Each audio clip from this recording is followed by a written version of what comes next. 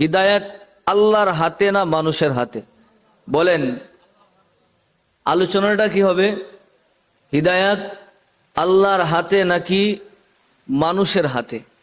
সারাদিন আলোচনা শুনলেন, যদি বলে এই যে ঢাকা থেকে হুজুর আসছে শুনলাম, তো হুজুর কি নিয়ে কি আলোচনা করছে রে? বলে জানি না তো, তো ঢাকা থেকে আসছে তো শুনে গেলাম, কিন্তু কিছু আর বুঝলাম না। আশা করি এরকম হবে না যদি কান দিয়ে শুনেন। আমার আলোচনার বিষয়টা কি বললাম? হিদায়াত আল্লাহর হাতে না বান্দার হাতে। তো যেই কথাটা আসলে হিদায়াত কোনো ব্যক্তির হাতে না, হিদায়াত একমাত্র আল্লাহর হাতে। চাই ব্যক্তিটা কোনো বিশেষ ব্যক্তিও যদি হয়ে থাকে, গাছ কুতুব হোক, ওলিয়া আউলিয়া হোক, আবদাল হোক, বা নবী বা রাসূলে হোক না কেন, হিদায়াত আল্লাহ নিজের কুদরতি হাতে রাইখা দিয়েছেন। হিদায়াত আল্লাহ কাউকে দেন নাই। যদি হিদায়াত মানুষের হাতে থাকতো, নবীদের চাইতে তো উত্তম মানুষ নাই, কি বলেন? আপনাদের এলাকায় আছে কোন নবীর চাইতে উত্তম মানুষ আছে? কিয়ামত তো কোনদিন আসবে, হ্যাঁ? তো নবীদের মধ্যেই যেহেতু আল্লাহ হিদায়াতের মালিক বানাই নাই, তাহলে কোনো গাছ কুতুব ওলি আউলিয়া বা আবদাল যাকে বলেন না কেন, কারো হাতে আল্লাহ হিদায়াতের ক্ষমতা দেয় নাই। বলেন, যদি হিদায়াতের ক্ষমতা নবীদের হাতে দিতই, তাহলে ইব্রাহিম আলাইহিস সালামের মতো নবী, যাকে আল্লাহ বলেছেন খালিলুল্লাহ, তাই না, যাকে বন্ধুর উপাধি দিয়েছেন, তা উনার বাবা আজর কোনোদিন জাহান্নামী হইতো না। নবীদের হাতে যদি হিদায়াত থাকতো, তাহলে হযরত নূহ আলাইহিস সালামের সন্তান কিনান কোনোদিন জাহান্নামী হইতো না। হিদায়াত দিয়ে দিত সন্তানকে, বুক ফায়রা হইলেও ঢুকাইতো। যে হিদায়াত আসবে না মানে লত হিদায়াত, কি বলেন? হ্যাঁ, যদি হিদায়াত দেয়াই যেত, তো লূত আলাইহিস সালামের স্ত্রী, যার কাছে লূত আলাইহিস সালামের কোনো অঙ্গ গোপন ছিল না, লূত আলাইহিস সালামের কোনো অঙ্গ তার কাছে গোপন ছিল না, ওই স্ত্রীরও কোনো অঙ্গ লূত আলাইহিস সালামের কাছে গোপন ছিল না, কিন্তু এরপরও জাহান্নামী। হিদায়াত স্বামী হইলেও দেয়া যায় না, বাবা হইলেও সন্তানকে দেয়া যায় না, নবী হই সন্তান হইলেও বাবাকে দেয়া যায় না। হিদায়াত কার হাতে? হিদায়াত একমাত্র আল্লাহর হাতে। আমি একটু কথা বলি, যে মনে করেন সর্বশ্রেষ্ঠ মানবকে বলেন তো? নবী মুহাম্মদুর রাসূলুল্লাহর চাইতে বড় কোনো মানুষ পৃথিবীতে আসে নাই, আসবেও না। নবীর মতো শ্রেষ্ঠ কোনো মানব আসে নাই, বলেন আসে নাই, আসবেও না, কল্পনাও করা যায় না। কল্পনা করতে পারেন? কল্পনাও করা যায় না। হিদায়াত যদি নবীদের হাতে হইতো, আমি বলি যে দুনিয়ার সমস্ত মানুষের কপালে যদি হিদায়াত না জুটতো, তো আবু তালেবের কপালে জুটতো। আল্লাহ রাসূলের কাছে যদি দুনিয়ার সমস্ত মানুষও কালিমা না পড়তো, কিন্তু আবু তালেব আইসা পড়তো, আবু তালিবকে আল্লাহ রাসূল কালিমার মালা জোর করে হইল পড়াইতেন। এটা আমি এমনি এমনি বলি নাই। আবু তালেব আল্লাহর রাসূলকে কতটুকু ভালোবাসতো। আবু তালেব বেঈমান ছিল ঠিক, কিন্তু আবু তালেবের ভালোবাসা আমাদের ভিতরে নাই। বলতে পারেন হুজুর বেঈমান, এটা আপনি কি বললেন? যে ওর ভালোবাসা আমাদের ভিতরে নাই? নাই, কালিমা পড়ছে না ঠিক, কিন্তু নবীকে ভালোবাসতো, জীবন দিয়ে ভালোবাসতো। মক্কার মধ্যে এমন কোনো বাবার সন্তান ছিল না, এমন কোনো মায়ে ছিল না যে এমন একজন সন্তান জন্ম দিবে যেই সন্তান আবু তালেবের বিরুদ্ধে দাঁড়ায় কথা বলবে। কিন্তু বাতিজাকে সাপোর্ট করতে গিয়ে, বাতিজাকে ভালোবাসা, ওই আবু তালেব বাতিজার জন্য শিয়াবে আবু তালেবে 3 বছর কারারুদ্ধ ছিলেন। কত বছর? 3 বছর কারারুদ্ধ ছিলেন। ওদের সাথে কোনো ধরনের খাদ্য সরবরাহ করা হইতো না, কথাবার্তার আদান প্রদানও ছিল না, কোনো ধরনের সম্পর্ক ছিল না। ওদের পানির অভাব ছিল, খাদ্যর অভাব ছিল। এমন অবস্থা হয়েছে, আবু তালিব পর্যন্ত গাছের কাঁচা পাতা, ক্ষুধার তাড়নায় গাছের কাঁচা পাতা চিবায়া খাইছে। হায় শুধু আবু তালিব না, আল্লাহর রসুলের কলিজার টুকরা হযরতে ফাতেমা রাদিয়াল্লাহু আনহা, উনিও গাছের কাঁচা পাতা চিবায়া খাইছে, হাসান হুসাইন চিবায়া খাইছে। কি পরিমাণ কষ্ট করছে দিনের জন্য একমাত্র আল্লাহ জানেন আর ওরা জানেন, আমার বর্ণনার দ্বারা শেষ হবে না। ওই আবু তালেব কোনোদিন ওই শিয়াবে আবু তালেবে জেল খাটতে হইতো না, ওইভাবে থাকতে হইতো না। হয়েছে তো হয়েছে কেন? নবী মুহাম্মাদুর রাসূলুল্লাহর ভালোবাসার খাতিরে।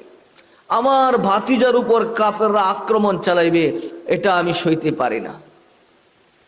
এই জন্য বুখারীর প্রথম খণ্ডে এই হাদিস বর্ণিত হয়েছে, আবু তালিবের মৃত্যুর সময় যখন ঘনিয়ে আসছে, আবু তালিবের মৃত্যুর সময় যখন ঘনিয়ে আসছে, তো আল্লাহর রাসূল সাল্লাল্লাহু আলাইহি ওয়াসাল্লাম চাচা আবু তালিবের কাছে গেছেন।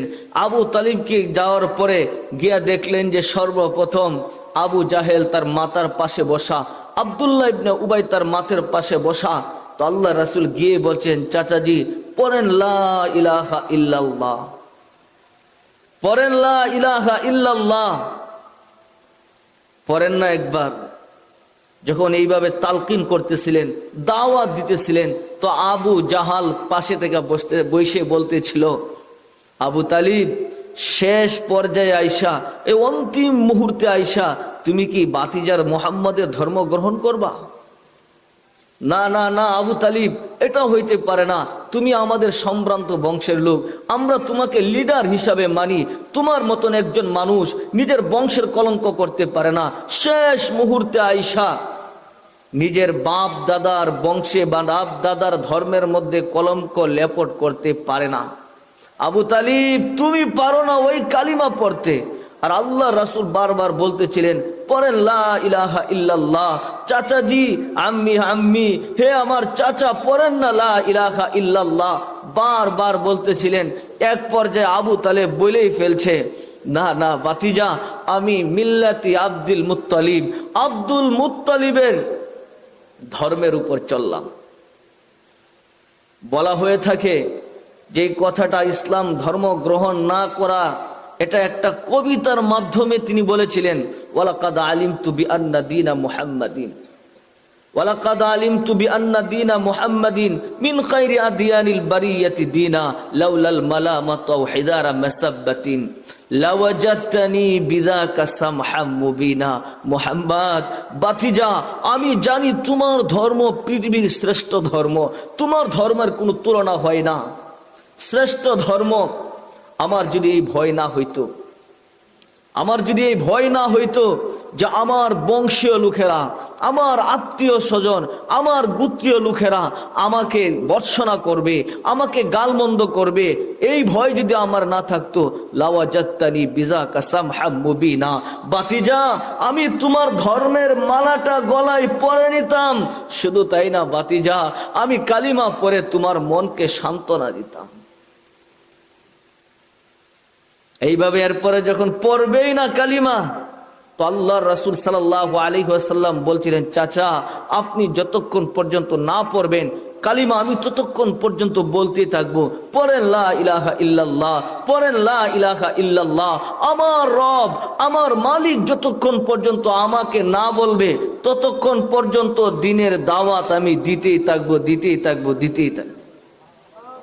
হায়, যখন আল্লাহ রাসূল বলতেছিলেন বারবার পড়েন লা ইলাহা ইল্লাল্লাহ, তো আল্লাহ কোরআনের আয়াত নাজিল করছে, মা কানা লিন নাবিয়্যি ওয়াল্লাযীনা আমানু আন ইস্তাগফিরু লিল মুশরিকিনা ওয়ালাউ কানু উলি কুরবা মিন বাদি মা তাবায়্যানা লাহুম আন্নাহুম আসহাবুল জাহিম। কোন নবীর জন্য উচিত হবে না, কোন ইমানদারের জন্য উচিত হবে না একজন মুশরিকের জন্য, মুশরিকদের জন্য মাগফিরাত কামনা করা। কোন রাসূলের জন্য, কোন নবীর জন্য এটা উচিত না, কোন ইমানদারের জন্য উচিত না। এই কথা সুস্পষ্ট হওয়ার পর যে জাহান্নামী। শুধু এই আয়াতেই না, আর একটা আয়াত আল্লাহ নাজিল করছেন, ইন্নাকা লা তাহদি মান আহবাবতা ওয়ালাকিন্নাল্লাহা ইয়াহদি মান ইয়াশা ওয়া হুয়া আ'লামু বিল মুহতাদিন।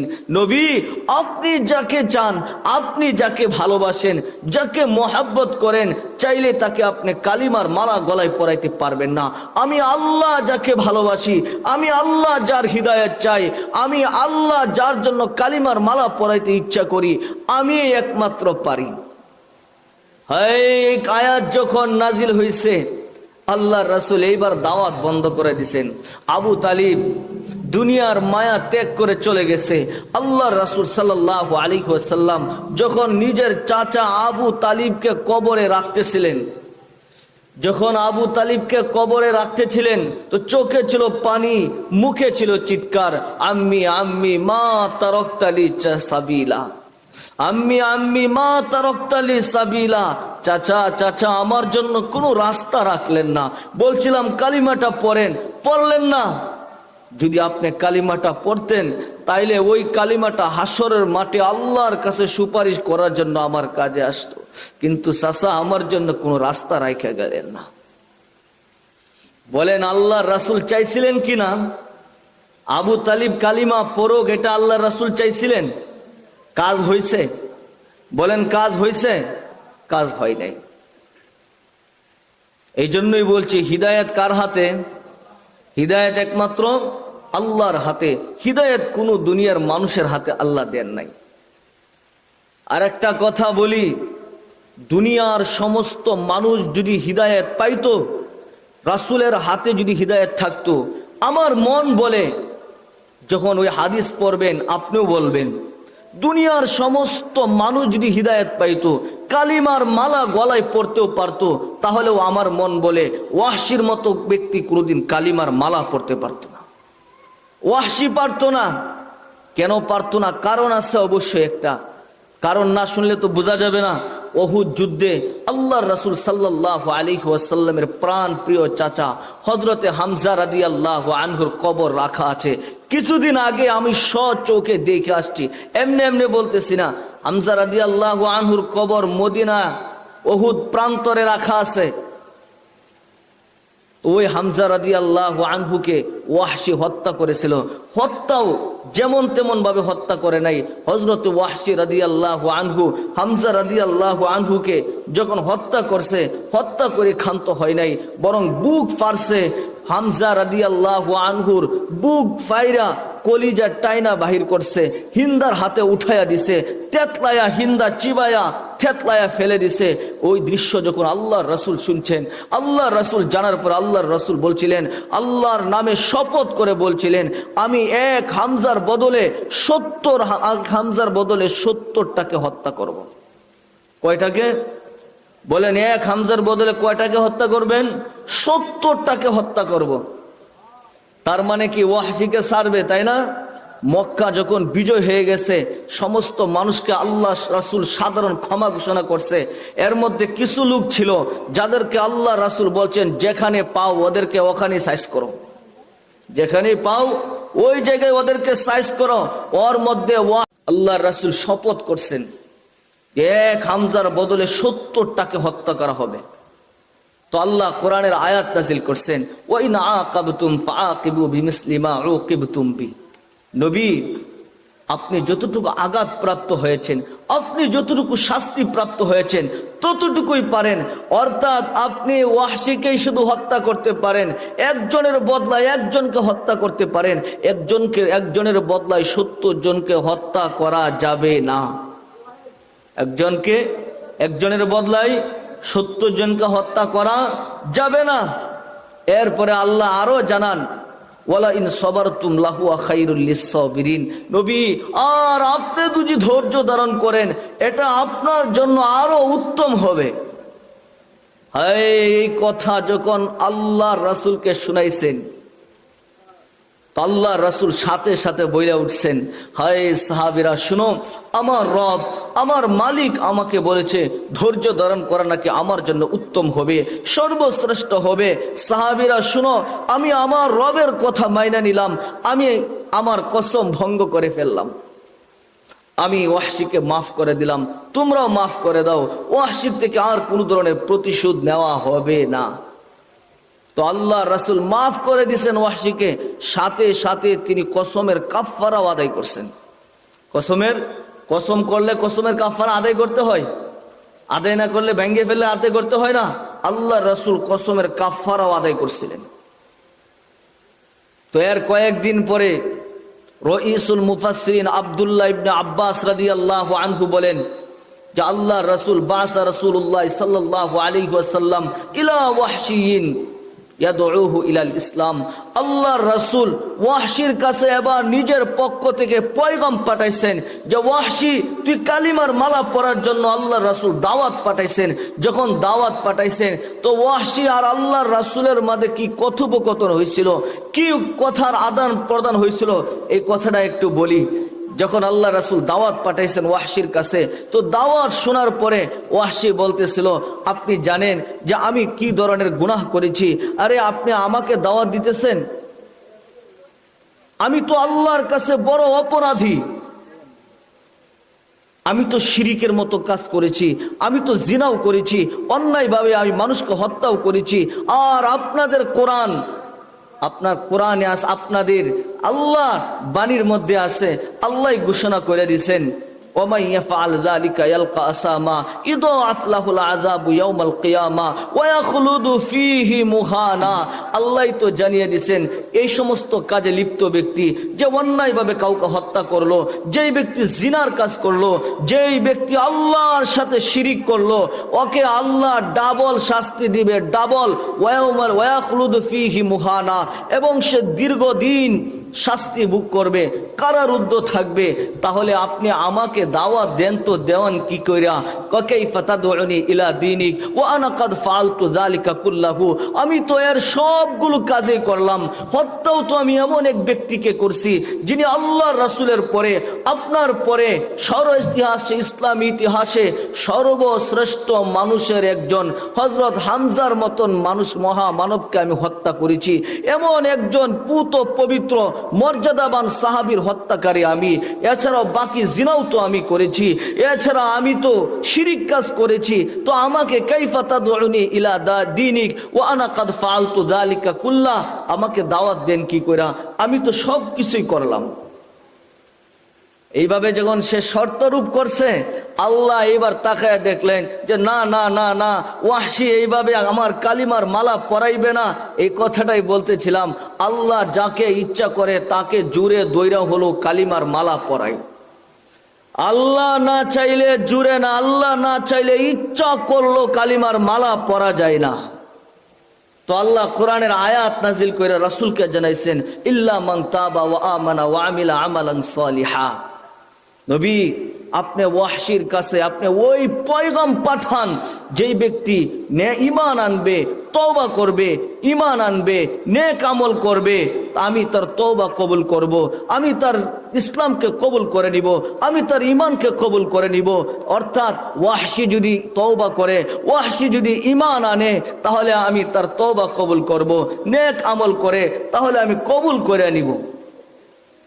আল্লাহ রাসূল যখন ওয়াহশির কাছে এই কথা পাঠাইছেন, তো ওয়াহশি নিজের পক্ষ থেকে এবার কঠিন এক শর্তরূপ করে বলছে। সে বলতেছিল হাজা শর্তুন শাদীদ, হাজা শর্তুন শাদীদ। জবাব পাঠাইছে আল্লাহ রাসূলের কাছে যে এটা বড় কঠিন শর্ত। অর্থাৎ কঠিন শর্ত কি জানেন? বলতেছিল আমি তওবা করতে পারি, ঈমানও আনতে পারি, কিন্তু সারা জীবন নেক আমল করার গ্যারান্টি আমি ওয়াহশি দিতে পারি না। আমার নিজের উপরে আস্থা নাই যে আমি সারা জীবন নেক আমল করতে পারবো। লাআল্লি লা আকদিরু আলাই, সম্ভবত আমি সারা জীবন নেক আমল করতে সক্ষম হব না। বলেন, এইরকম একজন আসামি যাকে আল্লাহ কালিমার মালা পরাইতে চাই, অথচ সে অভিমান করে বলতেছে যে না না না, অমুক হইলে ওইটা হবে না, ওইটা হইলে ওইটা হবে না। বলেন, পৃথিবীতে এমন কোনো উদার আছে এত সহনশীল যে নিজের একান্ত প্রিয়জনের হত্যাকারীকে, আসামিকে এইভাবে মাফ করে দেবে? নাই। যখন দেখছে এইভাবে ওয়াহশি দিন কালিমার মালা গলায় পরে না, তো আল্লাহ কোরআনের আর একটা আয়াত নাজিল করছে ওয়াহশির শানে, ইন্নাল্লাহা লা ইয়াগফিরু আন ইউশরাকা বিহি ওয়া ইয়াগফিরু মা দুনা যালিকা লিমান ইয়াশা। আল্লাহ ওয়াহশিকে জানাইছে, নবী আপনি ওয়াহশিকে এই কথা জানিয়ে দেন, আমি আল্লাহ শিরিককারীকে ক্ষমা করি না। ইন্নাল্লাহা লা ইয়াগফিরু আন ইউশরাকা বিহি ওয়া ইয়াগফিরু মা দুনা যালিকা লিমান ইয়াশা। যেই ব্যক্তি কুফর করে, শিরিক করে, ওকে আমি আল্লাহ ক্ষমা করি না। তবে শিরিক ব্যতীত যত গুনাহ আছে আমি আল্লাহ যার জন্য ইচ্ছা করি, যার জন্য চাই, আমি আল্লাহ তাকে মাফ করে দিই। যখন আল্লাহ রাসূল এই কথা ওয়াহশিকে শুনাইছেন, ওয়াহশি আল্লাহ তো মাফ করে দিবে শিরিক ব্যতীত বাকি সমস্ত গুনাহ, তোকেও আল্লাহ মাফ করবে। তো ওয়াহশি এবার নতুন কথা আল্লাহ রাসূলের কাছে পাঠাইছে। সে বলতেছিল উরানি বাদু ফি শুবহাতিন, এখনো আমি সন্দেহের মধ্যে আছি। আল্লাহ বলছেন যার জন্য ইচ্ছা তাকে তিনি ক্ষমা করবেন। আল্লাহ আমাকে ক্ষমা করবেন কি করবেন না এই বিষয়টা তো এখনো আমার কাছে সুস্পষ্ট না।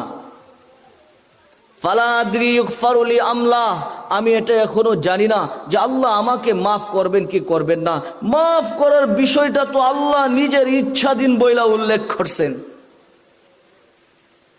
তো আল্লাহ এইবার ওই আসামিকে কালিমার মালা গলায় পরানোর জন্য আর একটা আয়াত নাজিল করছেন, কুল ইয়া ইবাদিয়াল্লাযীনা আসরাফু লা তাকনাতু মির রাহমাতিল্লাহ ইন্নাল্লাহা ইয়াগফিরুয যুনুবা জামিআ ইন্নাহু হুয়াল গফুরুর রহিম।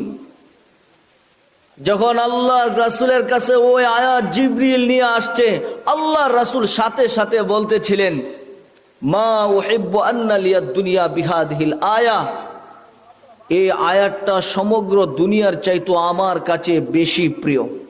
কেউ যদি সারা দুনিয়ার বদলা ওই আয়াত আমার কাছে চাই, তাও আমি আয়াত দিব না। এই আয়াতের অর্থটা কি নবী আপনি জানিয়ে দেন, আমার গুনাহগার বান্দাদেরকে যারা নিজেদের উপর জুলুম করেছে, অন্যায় করেছে, নিজেদের উপর সীমা লঙ্ঘন করেছে, ওরা যেন আমার রহমত থেকে বঞ্চিত না হয়ে যায়, নৈরাশ না হয়ে যায়। ইন্নাহু হুয়াল গফুরুর রহিম, কারণ আমি গফফার, আমি রহমান, আমি রাহিম, আমি আল্লাহর রহমত থেকে যেন ক্ষমা, ওরা যেন নৈরাশ না হয়। কারণ ওদের গুনাহ যত বড়ই হোক না কেন, ওয়ালাউ বালাগাত যুনুবুকা ইনানাস সামা, আল্লাহর রাসূল বলছেন যদি মানুষের গুনাহ এই পরিমাণ হয় যে সপ্তম আকাশ ভেদ করে চলে যায়, এরপর ফাস্তাগফারতনি, যদি বান্দা তওবা করে, আল্লাহ বলেন যে বান্দা তুই তওবা করতে দেরি, আমি আল্লাহ তোকে মাফ করতে দেরি করব না। এই আয়াত যখন নাজিল হয়েছে আর আল্লাহ রাসূল ওয়াহশিকে শুনাইছেন, তো ওয়াহশি সাথে সাথে বলতেছিল নাম হাদা, এটা তো বড় চমৎকার বিষয়। ফাজা ওয়া আসলামা, এবার ওয়াহশি আসছে, কালিমা পরে কালিমার মালাটা নিজের গলায় পরে নিয়েছে। সুবহানাল্লাহ। যখন এরপরে সাহাবায়ে কেরাম জিজ্ঞেস করছেন ইয়া রাসূলুল্লাহ হাদিহি লাহু খাসাতুন আম লিল মুসলিমিনা আম্মাতুন, হে আল্লাহর রাসূল এই আয়াত কি শুধু ওয়াহশির জন্য খাস? আল্লাহর রাসূল বলেন বাল্লিল মুসলিমিনা আম্মাতুন, এই আয়াত শুধু ওয়াহশির জন্য খাস না, কিয়ামত পর্যন্ত যত আমার আনেওয়ালা উম্মত আছে সমস্ত উম্মতের জন্য এই আয়াত প্রযোজ্য। সুবহানাল্লাহ। বলেন যে কথাটা আমি বলতেছিলাম যে আল্লাহ যদি কারো কালিমার মালা পরায়, যার জন্য ইচ্ছা করে তাইলে জুড়ে দইরা হলো কালিমার মালা পরায়া ছাড়ে। আল্লাহর রাসূল আবু তালেবের জন্য বলছিল কিন্তু হয় নাই, আর ওয়াহশিকে হত্যা করতে চাইছিল কিন্তু ওয়াহশির কপালে কালিমার মালা জুটছে। এই জন্যই আমি বলি, যদি হিদায়াত হযরতে বেলাল রাদিয়াল্লাহু আনহু একদিন একটা কথা বলতেছিলেন যে হিদায়াত নবী, হিদায়াত যদি আল্লাহর হাতে না হইয়া আপনার হাতে হইতো, আমার মতন কালো হাফসি বেলালের হিদায়াত বা কালিমার মালা কবে যে জুড়তো আমি নিজেই জানি না। আপনি তো সর্বপ্রথম মক্কাবাসীদেরকে দাওয়াত দিতেন, এরপরে আরববাসীদেরকে দাওয়াত দিতেন। আমার বাড়ি ওই ইউথিওপিয়া, আমার বাড়ি, আমি হাফসি, আমি বেলাল, আমি কৃতদাস। আমার সিরিয়াল যে কবে আসতো আল্লাহ জানে, কিন্তু আলহামদুলিল্লাহিল্লাযী জাআলাল হিদায়াতা বিয়াদি ওয়া জাআলানি সাবিয়া সাবাতিন, কিন্তু সমস্ত প্রশংসা ওই সত্তার জন্য, ওই আল্লাহর জন্য যিনি নিজের কুদরতি হাতে হিদায়াতের মতো মহামূল্যবান জিনিস রাইখা দিয়েছেন, আর আমার মতন কালো হাফসিকে 7 নম্বরে কালিমা পড়াইছেন। সুবহানাল্লাহ। এই জন্যই বলছিলাম যে হিদায়াত, নবীর ঘরের জন্ম নিল কপালে হিদায়াত জুটে না, আবার ফেরাউনের ঘরে থাকলেও কালিমার মালা পরা যায়। নবীর স্ত্রী হইলেও জুটে না। ইব্রাহিম আলাইহিস সালাম, তার বাবা আজর নবীর বাবা ছিল, কিন্তু কপালে হিদায়াত জুটে নাই। নূহ আলাইহিস সালাম এর সন্তান কেনান, সন্তান হওয়ার পরেও, বাবা নবী হওয়ার পরেও ছেলেকে কালিমার মালা পরাইতে পারে নাই। লূত আলাইহিস সালাম স্বামী হওয়ার পরেও তার স্ত্রীকে কালিমার মালা পরাইতে পারে নাই। কিন্তু আল্লাহ যদি চাই তাইলে ফেরাউনের ঘরে ফেরাউনের স্ত্রী হইল কালিমার মালা পরায়। বলেন, ফেরাউনের স্ত্রী হইল কালিমার মালা পরায়। ফেরাউনের স্ত্রীর নাম কি? আসিয়া। আসিয়া কালিমার মালা পরছিল কিনা? বলেন, পরছিল কিনা? হ্যাঁ, আমার কথা বুঝতেছেন আপনারা? কষ্ট হইতেছে? আসিয়া কালিমার মালা পরছিল। আসিয়া তো এমন স্ত্রী যাকে আল্লাহ জান্নাত দিছে, জান্নাত। মৃত্যুর আগে আল্লাহ আসিয়াকে জান্নাত দেখাইছে। জান্নাত দেখা আসিয়া হাসতেছিল, তো কিছুক্ষণ পর চেহারা মলিন হয়ে গেছে। মলিন কেন হবে না? হায়, দুনিয়ার মানুষ বুঝুক আর না বুঝুক, আল্লাহ ঠিকই বুঝছে যে আসিয়ার চেহারা মলিন কেন। আসিয়া মনে মনে বলতেছিল, জান্নাত দিলা, রানী আছি, রাজা নাই, ওই জান্নাতের কোনো মজাই নাই। আমি একা জান্নাতে যায় করব তো করব কি? আমার রাজা তো জান্নাতে যাবে না। বলেন, ফেরাউন জান্নাতে যাবে? হ্যাঁ, আমার রাজা তো জান্নাতে যাবে না, তো আমি একা জান্নাতে যায় করব তো করব কি? তো আল্লাহ আওয়াজ দিয়া জানায় দিছেন, আসিয়া জান্নাত তোকে দিছি, রাজাও দিব। তো আসিয়া বলছে, আল্লাহ কাকে দিবেন? যে কোনো একটা আয়না দিলে কি আসিয়ার স্বামী হওয়া সম্ভব? বলেন। তো বলছেন, কাকে দিবেন? তো বলছে, এমন ব্যক্তিকে দেওয়া হবে যার উপরে দুনিয়ার কারো সরদারি চলে না। তো বলছে, নামটা বইলা ফেলান। তো বলছে, মুহাম্মাদুর রাসূলুল্লাহ সাল্লাল্লাহু আলাইহি ওয়াসাল্লাম। ও মুর্শিদিন উলামায়ে কেরাম, আমি আল্লাহর নামে কসম করে বলতে পারি, শপথ করে বলতে পারি, আমার মন বলতেছে আসিয়া জান্নাত পায়া যতটুকু খুশি হইছে না, এর চাইতে 1000 কোটি গুণ বেশি খুশি হইছে যখন শুনছে তার জান্নাতের রাজা হবে নবী মুহাম্মাদুর রাসূলুল্লাহ। এই কথাটাই বলতেছিলাম যে হিদায়াত আল্লাহর হাতে, নবীর হাতে না। হিদায়াত আল্লাহর হাতে বিদায়, আল্লাহর হাতে বিদায়। আবু তালেবের কপালে হিদায়াত জুটে নাই, হিদায়াত আল্লাহর হাতে বিদায় জুটে নাই। আল্লাহর হাতের বিদায় হিদায়াত জুটছে ফেরাউনের ঘরের কাজের কৃতদাসী, কাজের বুয়ার কপালে, কাজের বুয়ার কপালে। আল্লাহ তাকেও হেদায়েতের, ফেরাউনের কৃতদাসী ছিল, ফেরাউনের ঘরে বুয়ার কাজ করত, আল্লাহ তাকেও হিদায়েতের মালা পরাইয়া ছাড়ছেন। সুবহানাল্লাহ। কেমন ভাবে আল্লাহ তাকে মালা পরাইছেন? আল্লাহর রাসূল, ঘটনা না বললে তো আর হবে না।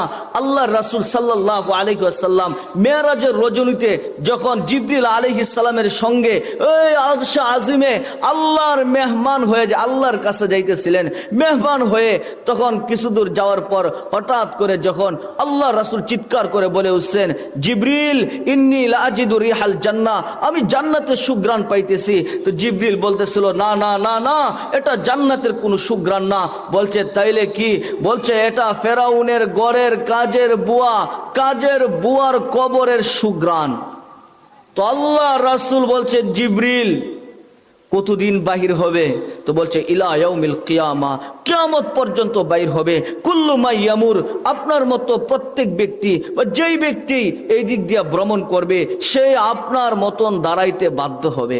আল্লাহ রাসূল বলছে, জিবরিল কাহিনী আমাকে একটু বর্ণনা করে শোনাও, যাতে আমি আমার উম্মতকে সহজে বুঝাইতে পারি। তো জিবরিল আলাইহিস সালাম বলতেছিলেন, ইয়া রাসূলুল্লাহ, আপনাকে শোনাইবো তো শোনাইবো কি কইরা, সময় অনেক শর্ট, এক রাত্রে দীর্ঘ সফর, রাত্রের ভিতরে সমাপ্তি ঘটাইতে হবে, সময় শর্ট, শোনানো যাবে না। তো আল্লাহ জিবরিল আলাইহিস সালামকে ডাক দিয়া বলছে, জিবরিল সময় শর্ট বলতে কোনো কথা নাই, আজকে তো মেজবান দেখা হবে না, আজকে মেহমান দেখা হবে। মেহমান মেহমান কি বলে, আমার বন্ধু কি বলে, আমার বন্ধুর কথা শুনো। আল জিবরিল আমার বন্ধু বলছে কাহিনী শুনাইতে, কাহিনী বর্ণনা করে শোনা, কাহিনী বর্ণনা করে শোনাও।